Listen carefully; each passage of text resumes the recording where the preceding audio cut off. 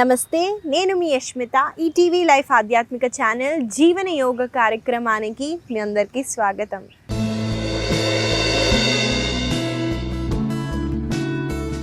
ఎలా ఉన్నారండి మీరంతా? నేనైతే చాలా బాగున్నానండి. మీరందరూ కూడా బాగుంటారు, ఎందుకంటే మీరు జీవన యోగాని అలవాటు చేసుకున్నారు కాబట్టి. ఇవాళ మన సాధన మొదలు పెట్టే ముందు మనం ఇవాళ ఒక కొత్త ప్రాణాయామాన్ని నేర్చుకుందామండి. దీన్ని ఉజ్జయి బ్రీతింగ్ అంటారు. ఈ ఉజ్జయి బ్రీతింగ్ ఎలా చేయాలో చూపిస్తాను. ఈ ప్రాణాయామ చేయటం వల్ల ముఖ్యంగా థైరాయిడ్ ఇష్యూస్ ఉన్న వాళ్ళకి చాలా బెనిఫిషియల్గా ఉంటుంది. ఎందుకంటే ఈ ప్రాణాయామ చేసినప్పుడు మనకి ఇక్కడ ఎక్కువగా వైబ్రేషన్స్ అన్నవి క్రియేట్ అవుతాయండి. చూసేద్దాము ఈ ప్రాణాయామ ఎలా చేయాలో. ముందుగా నేను సుఖాసన, 2 కాళ్ళని ఇలా క్రాసింగ్ పొజిషన్లో పామ్స్ని అప్ చేస్తూ కొన్ని క్షణాలు శ్వాస మీద దృష్టిని తీసుకెళ్ళండి.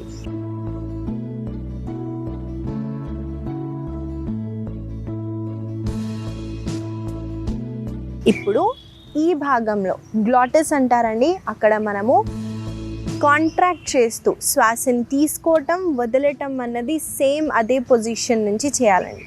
ఎలా అంటే ఒక చిన్న సౌండ్ వస్తుంది.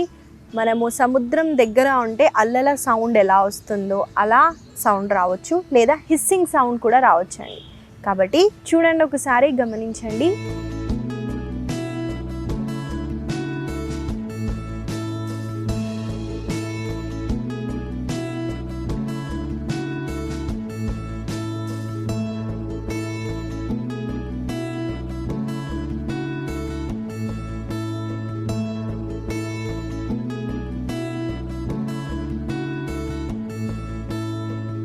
ఇదండి ఉజ్జయి బ్రీతింగ్. ఇక్కడ మీరు గమనించినట్టయితే ఇక్కడ ఎలా కాంట్రాక్ట్ చేయాలి యష్మిత అంటే, ఇప్పుడు ఒకరికి మనం ఏదైనా చెప్పాలనుకుంటున్నాం కానీ ఇతరులకి తెలియొద్దు అంటే మనం మెల్లగా అది కాదు ఇలా అని అంటాం కదండి. అంటే ఇక్కడ కాంట్రాక్ట్ చేసి వాయిస్ని మనం స్లోగా చెప్తున్నాము. అలాగే మనం ఇక్కడ కాంట్రాక్ట్ చేసి శ్వాసని డీప్గా స్లోగా అలాగే మనము కంప్లీట్గా ఎక్సేల్ చేయడానికి ట్రై చేద్దాం. ఇక్కడ మనము కాంట్రాక్ట్ చేస్తున్నాం కాబట్టి థైరాయిడ్ ఇష్యూస్ ఉన్న వాళ్ళకి చాలా బెనిఫిషియల్గా ఉంటుంది. మైండ్ని కామ్ డౌన్ చేస్తుంది. మెడిటేషన్ ప్రాసెస్ చేయాలన్నా కూడా ఉజ్జయి బ్రీతింగ్ చేస్తే ఇంకా డీప్గా మనం ధ్యానంలోకి వెళ్ళొచ్చు. కాబట్టి ఈ ప్రాణాయామాన్ని మనం కలిసి కొన్నిసార్లు చేద్దాము. నాతో పాటు మీరు చేయండి.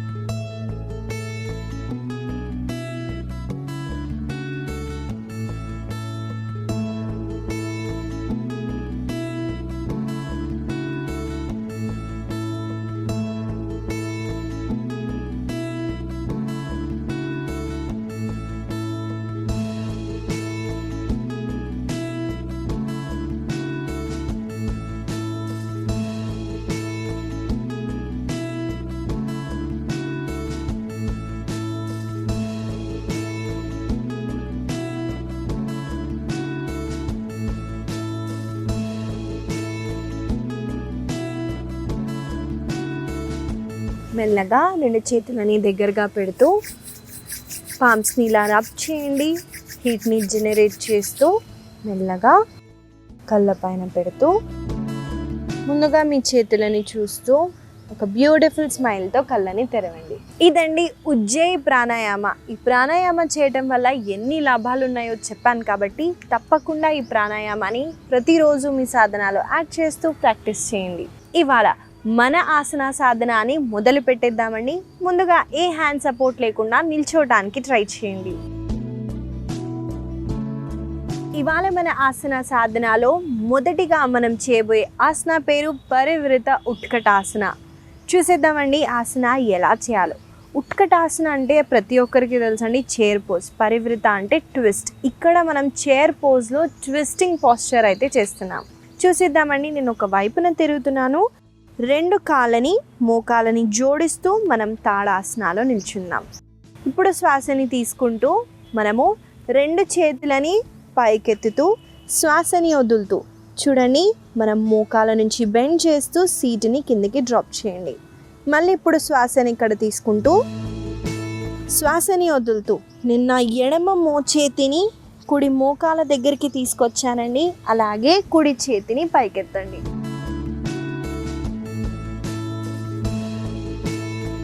మెల్లగా శ్వాసని తీసుకుంటూ సెంటర్కి వచ్చేసి ఈసారి కుడి మోచేతిని మనము ఎడమ మోకాల దగ్గరికి తీసుకెళ్తున్నాము. అలాగే ఎడమ చేతిని పైకెత్తుతూ పైన వైపున చూడండి.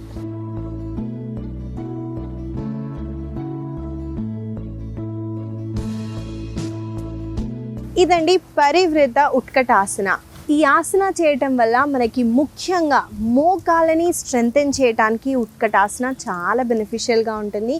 కాళ్ళ కండరాలని పెంచడానికి, మనము ట్విస్ట్ అయ్యే ప్రాసెస్లో అబ్డామినల్ మజిల్స్ని మనకు మంచి స్క్వీజ్ చేస్తామండి. కాబట్టి డయాబెటీస్ ఉన్న వాళ్ళకి షోల్డర్, మనం హ్యాండ్స్ని రేస్ చేస్తున్నాం కాబట్టి షోల్డర్ మొబిలిటీ కూడా బాగా పెరుగుతుంది. మనం కలిసి ఈ ఆసనాన్ని రెండు వైపున చేద్దాము. నాతో పాటు మీరు చేయండి.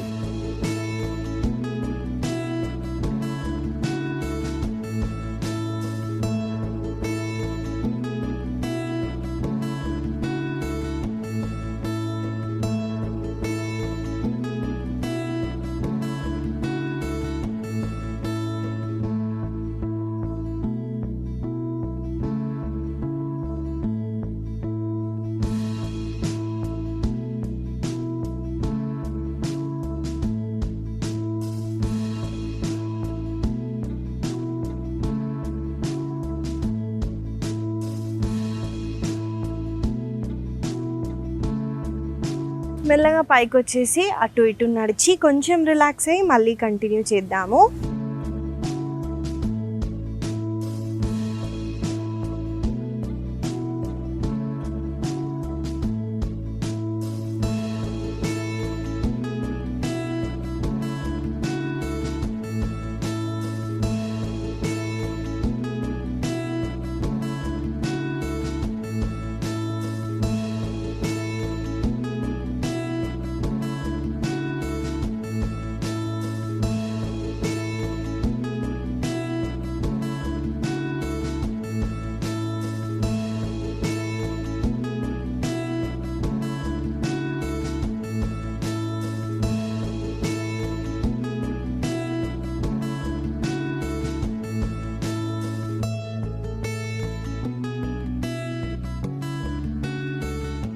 మెల్లగా చేతులని ఆ తర్వాత కాళ్ళని రిలాక్స్ చేయొచ్చు. ఇదండి పరివృత ఉత్కటాసన. ఈ ఆసన వల్ల కలిగే లాభాలు కూడా తెలుసుకున్నాం కాబట్టి తప్పకుండా దీన్ని మీ సాధనాలు యాడ్ చేస్తూ ప్రాక్టీస్ చేయండి. మనము తర్వాత ఆసన చేసే ముందు ఒక చిన్న విషయం అండి, మనము మన సాధన అన్న వర్డ్ ఎక్కువగా యూస్ చేస్తూ ఉంటాను. సాధన అంటే మనము ఓన్లీ ఆసన ప్రాక్టీసే చేయమండి. ప్రాణాయామం చేసిన తర్వాత వార్మప్స్ చేయటం చాలా అవసరం, సూర్య నమస్కారాలు చేయటం చాలా అవసరం. బాడీకి మూమెంట్ చేసిన తర్వాతే ఆసన సాధనాన్ని స్టార్ట్ చేయండి. నేను ఎప్పుడు ఒక ప్రాసెస్ని చెప్తానండి. ముందుగా సెంటరైజ్ చేసుకోవటం, వార్మప్స్ చేసుకొని సూర్య నమస్కారాలు చేసుకున్న తర్వాత ఫిజికల్ ఆసనాలు మనము ఎక్కువగా చేయటం, దాని తర్వాత ఎండ్లో అయినా స్టార్టింగ్లో అయినా ప్రాణాయామ, ధ్యానం చేయటం, లాస్ట్లో ధ్యానం చేయటం చాలా అవసరం. కాబట్టి ఈ సీక్వెన్స్ని ఫాలో అవుతూ చేయండి. ఇంకా ఎక్కువగా మనం బెనిఫిట్స్ అయితే చూస్తాం. మనము తర్వాత చేయబోయే ఆసన పేరు అధోముఖ వీరాసన. చూసేద్దామండి ఈ ఆసన ఎలా చేయాలో. ఈ ఆసన చేయటానికి ముందుగా దండాసనకి వెళ్ళాలి కాబట్టి నేను ఒక వైపున తిరుగుతున్నానండి. రెండు లెగ్స్ని స్ట్రెచ్ చేయండి. వన్స్ మనం స్ట్రెచ్ చేసిన తర్వాత లెగ్స్ని ఫోల్డ్ చేస్తూ వజ్రాసనాలో కూర్చోండి. ఇప్పుడు ఇక్కడ రెండు మోకాలు దగ్గరగా ఉన్నాయండి. ఇప్పుడు సెపరేట్ చేయండి. చేసిన తర్వాత మనము శ్వాసని తీసుకుంటూ రెండు చేతులని పైకెత్తుతూ శ్వాసని వదులుతూ ముందుకి చూస్తూ బెండ్ అవ్వండి.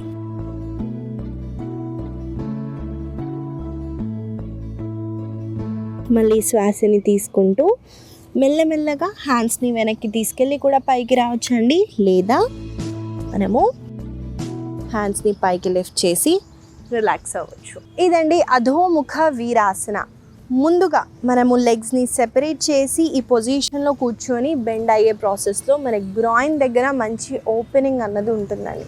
అలాగే శిరస్సుని కింద ఆనించటం వల్ల మైండ్ చాలా కామ్ డౌన్ అవుతుంది. డిప్రెషన్, యాంగ్జైటీ ఇలాంటి ఫీలింగ్స్ ఉన్న వాళ్ళు ఈ ఆసన చేయటం వల్ల ప్రతిరోజు మనకు తెలియకుండానే మైండ్ అన్నది కామ్ డౌన్ అయ్యి మన బాడీలో ఉన్న ఎమోషన్స్ని ఇలాంటివన్నింటినీ తీయటానికి ఇలాంటి ఆసనాలు చాలా బెనిఫిట్గా ఉంటాయి. కాబట్టి మనం కలిసి ఆసనాన్ని కొన్నిసార్లు చేసేద్దాము. రిపిటేటివ్ మోడ్గా నేను చూపిస్తున్నానండి. మీకు బాగా అనిపిస్తే ఆ ఆసనాలు ఎక్కువసేపు హోల్డ్ చేయడానికి ట్రై చేయండి.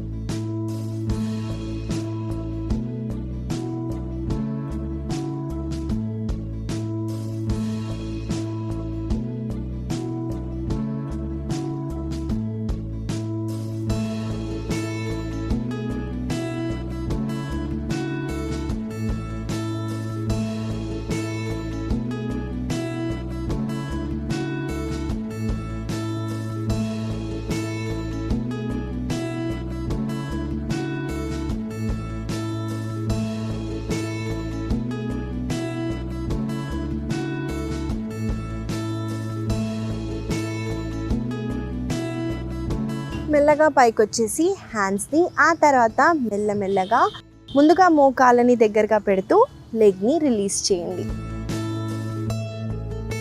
వన్స్ రిలీజ్ చేసిన తర్వాత చూడండి, మోకాళ్ళని కింద ట్యాప్ చేస్తూ లెగ్స్ని అటు ఇటు తిప్పుతూ టెన్షన్ని రిమూవ్ చేయండి. ఇదండి అధోముఖ వీరాసన. ఈ ఆసన వల్ల కలిగే లాభాలు తెలుసుకున్నాం కాబట్టి తప్పకుండా దీన్ని మీ సాధనాలో యాడ్ చేస్తూ ప్రాక్టీస్ చేయండి. మనము తర్వాత చేయబోయే ఆసన పేరు శలభాసన. చూసేద్దామండి ఆసన ఎలా చేయాలో. ఈ ఆసన చేయటానికి ముందుగా మన పొట్ట వైపున పడుకోవాలి. కాబట్టి నేను ఆ పొజిషన్కి వచ్చేస్తున్నాను, చూడండి.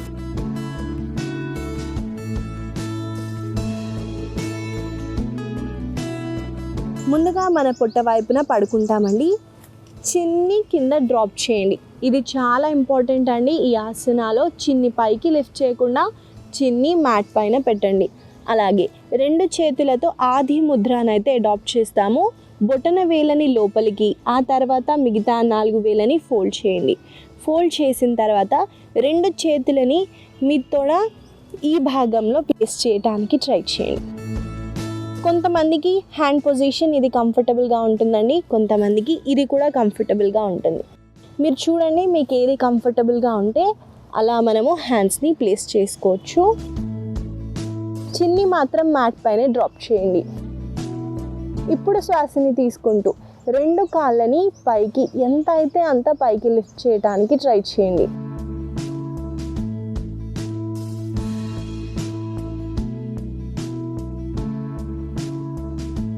మెల్లగా శ్వాసని వదులుతూ డౌన్, మళ్ళీ శ్వాసని తీసుకుంటూ పైకి,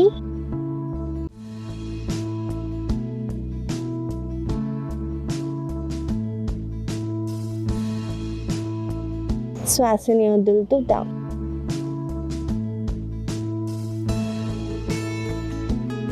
చూసారు కదండి, ఇది శలభాసన. ఇక్కడ మనం ఇంకెక్కువగా పైకి లెగ్స్ని కూడా లిఫ్ట్ చేయొచ్చండి. గుర్తుపెట్టుకొని మోకాలని స్ట్రైట్గానే ఉంచండి. మోకాల దగ్గర ఇలా బెండ్ చేస్తే ఏ బెనిఫిట్ ఉండదండి. లెగ్ని ఎంత అయితే అంత పైకి లిఫ్ట్ చేయడానికి మాత్రమే ట్రై చేయండి. మనము కలిసి ఆసనాన్ని కొన్నిసార్లు చేద్దాము, నాతో పాటు మీరు చేయండి.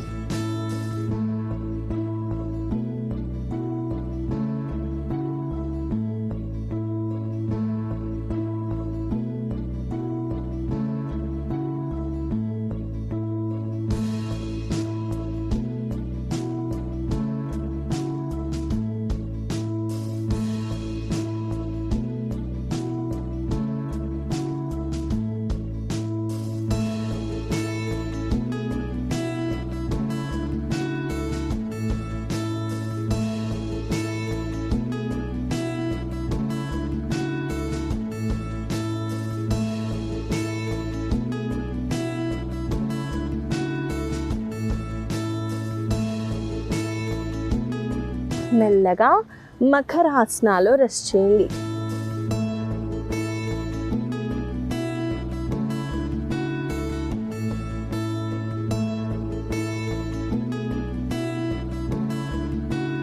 మెల్లగా ఒక వైపున తిరుగుతూ సుఖాసనాలో కూర్చోండి. ఇదండి శలభాసన.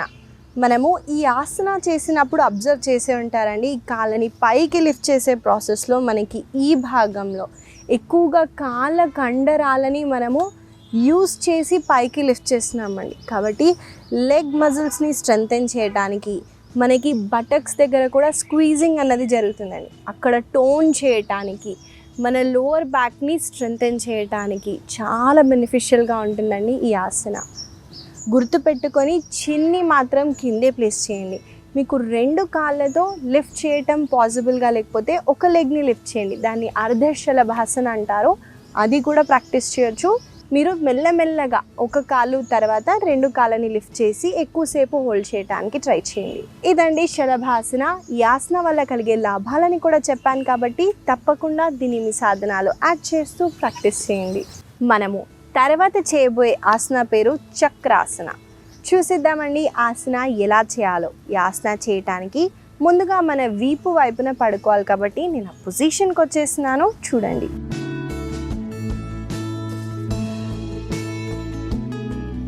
ముందుగా శవాసనాలు రెస్ట్ చేస్తూ 2 కాళ్ళని ఫోల్డ్ చేయండి. ఎంత అయితే అంత ఫోల్డ్ చేస్తూ బాడీకి దగ్గరగా పెట్టండి. 2 చేతులని చూడండి భుజాల కింద పెట్టడానికి ట్రై చేయండి. ఎగ్జాక్ట్గా భుజం కింద ప్లేస్ చేయాలి.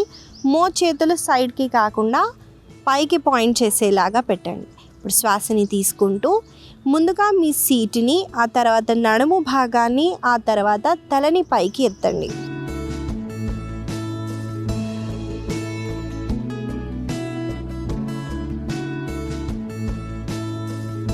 ఈ పొజిషన్లోకి వచ్చిన తర్వాత చూడండి బాడీని కొంచెం ముందుకి స్ట్రెచ్ చేయండి. మెల్లగా ముందుగా మీ తలని, నడుము భాగాన్ని, ఆ తర్వాత సీట్ని కింద డ్రాప్ చేయొచ్చు.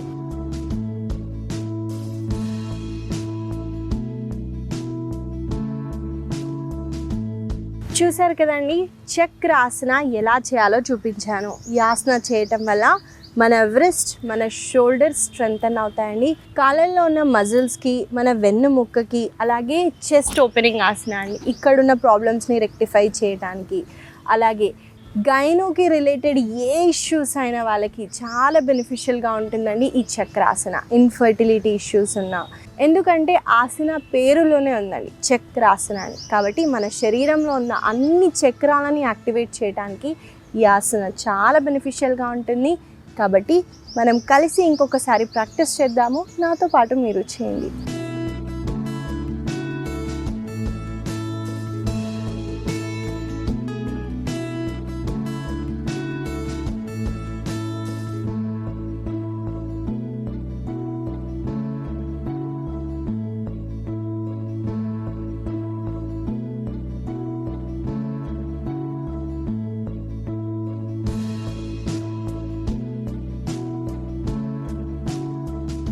మెల్లగా రిలాక్స్ అవుతూ లెగ్స్ని, హ్యాండ్స్ని రిలాక్స్ చేస్తూ శవాసనాలో రెస్ట్ చేయండి. మీ శరీరంలో ఏం జరుగుతుందో అబ్జర్వ్ చేయడానికి ట్రై చేయండి. మెల్లగా ఒక వైపున తిరుగుతూ సుఖాసనాలో కూర్చోండి. ఇదండి చక్రాసన. ఈ ఆసన వల్ల కలిగే లాభాలని కూడా చెప్పాను కాబట్టి తప్పకుండా ఈ ఆసనాన్ని ప్రతిరోజు ప్రాక్టీస్ చేయండి. ఇవండి ఇవాళ మన ఆసనాలు. మనం కొన్ని స్ట్రెంథనింగ్ ఆసనాలని, అలాగే ఫ్లెక్సిబిలిటీ పెరగడానికైతే చేశాము. వీటిని గుర్తుపెట్టుకుంటూ రోజు పొద్దున్న, సాయంత్రం వేళల్లో తప్పకుండా ప్రతిరోజు ప్రాక్టీస్ చేయండి. ఇవాళ నేను మీకు ఇచ్చే చిన్న సలహా ఏంటంటే అండి, మనము చిన్నప్పటి నుంచి అబ్జర్వ్ చేసే ఉంటామండి, తలనొప్పి అనగానే అమ్మ ముందు ఒక గ్లాస్ నీళ్ళు తీసుకొచ్చిస్తారండి.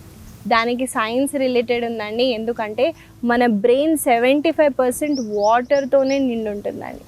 వాటర్ తగ్గినప్పుడు మన శరీరంలో మన బ్రెయిన్ అన్నది ష్రింక్ అయ్యి మనకి హెడేక్ అన్నది వస్తుంది. మనము ఒక గ్లాస్ వాటర్ తాగడం వల్ల మళ్ళీ అది నార్మల్ పొజిషన్ రావడానికి ఆ వాటర్ చాలా హెల్ప్ చేస్తుంది. కాబట్టి పెద్దవాళ్ళు తలనొప్పి అనగానే వాటర్ అయితే తాగేవాళ్ళు. కానీ మనం ఇప్పుడు ఒక ట్యాబ్లెట్ వేసుకుంటామండి. ఫస్ట్ ఆ ట్యాబ్లెట్ వేసుకొని అది తగ్గిపోతుందని మనం అనుకుంటూ ఉంటాం. అలా కాకుండా ఈసారి ట్యాబ్లెట్ని వాడకుండా ఒక గ్లాసు నీళ్ళు తాగి చూడండి.